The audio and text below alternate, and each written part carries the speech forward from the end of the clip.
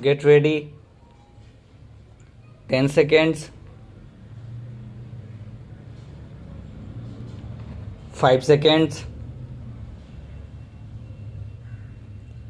Start.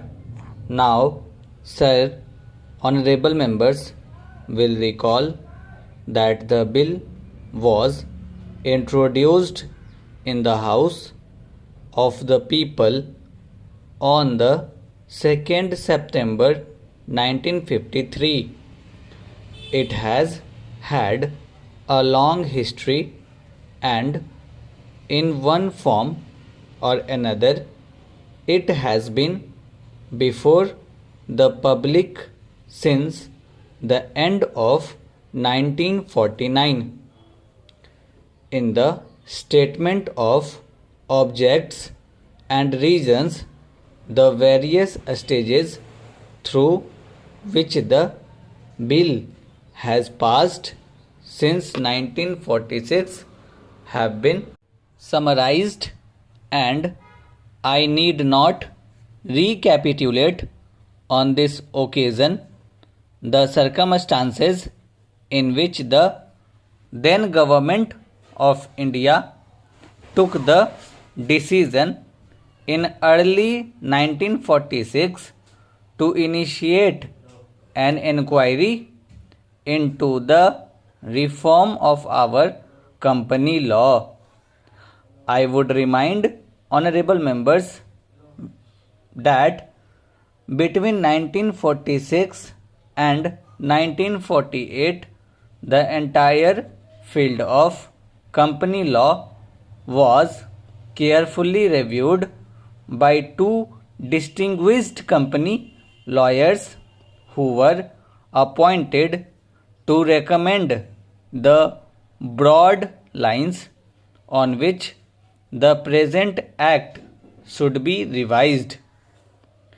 Their recommendations were examined in the then Ministry of Commerce, and certain tentative departmental views which emerged were circulated in a comprehensive memorandum to all recognized trade and industrial associations, bar associations, the high courts, and the state governments, that brought us to the end of 1949. Many representations on this memorandum were duly received from chambers of commerce, trade and industrial associations, state governments, and the general public. At the end of 1950, the Government of India appointed a committee under the chairmanship of Sri Bhabha to go into the entire question of the revision of the Companies Act with particular reference to its bearing on the development of trade and industry in this country. This committee examined a large number of witnesses in many parts of the country and submitted its report in March 1952. This report again was circulated to all state governments, chambers of commerce, trade associations, high courts, and many other bodies. At the same time, a special officer was appointed in the Department of Economic Affairs, Ministry of Finance, to examine this report in the light of the views received from the interested public and to submit proposals to government for the revision of the present act. The bill now before the House is based largely on the recommendations of the Company Law Committee, modified in a few particulars. Honorable members will notice that so far as public relations go, the bill has covered adequate ground.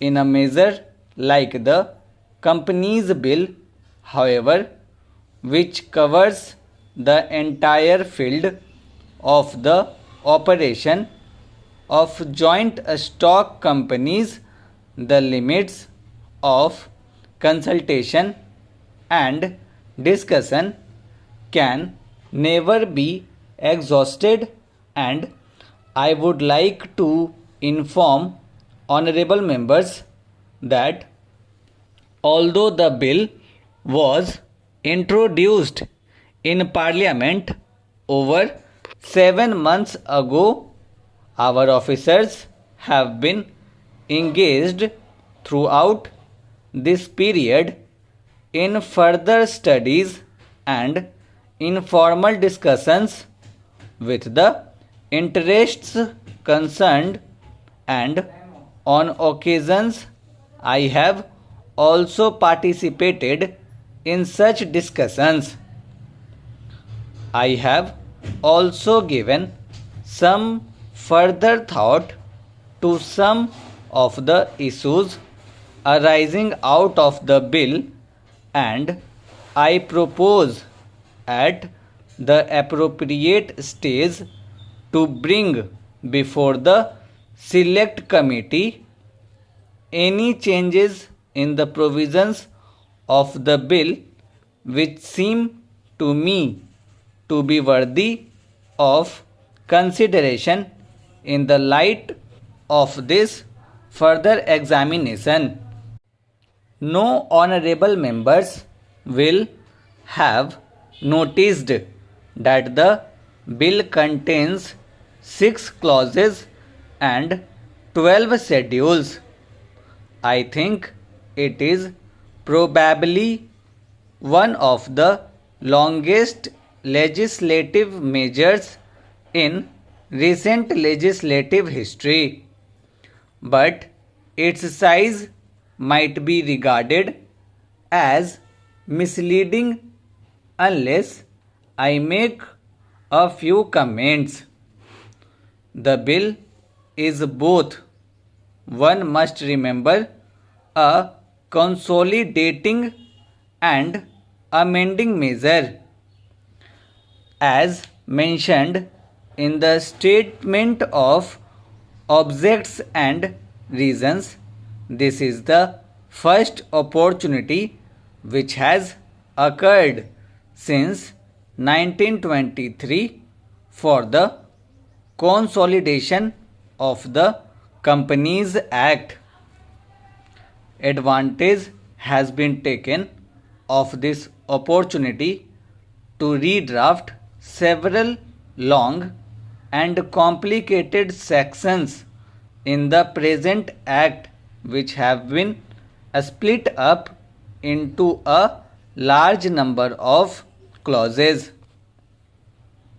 This is the largest single factor accountable for the increase in the number of clauses in the bill. New clauses embodying substantial changes in the present law would hardly constitute more than a small fraction of the bill. I would also draw attention to the structural changes in the bill to which a reference has been made in the statement of objects and reasons.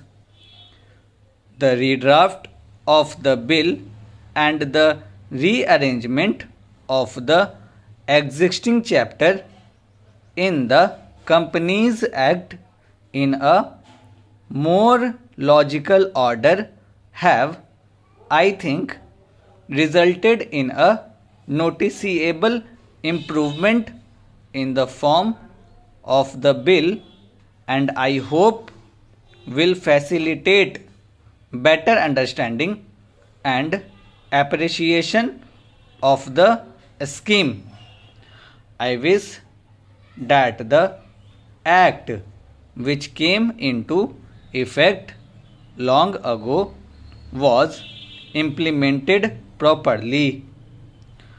I know that the minister here is very earnest in implementing it, but unfortunately, his colleagues at the state level are disappointing him. Unfortunately, no steps have been taken for trimming or toning up the administration at the state level and at the district levels. They have to be taken immediately. Stop.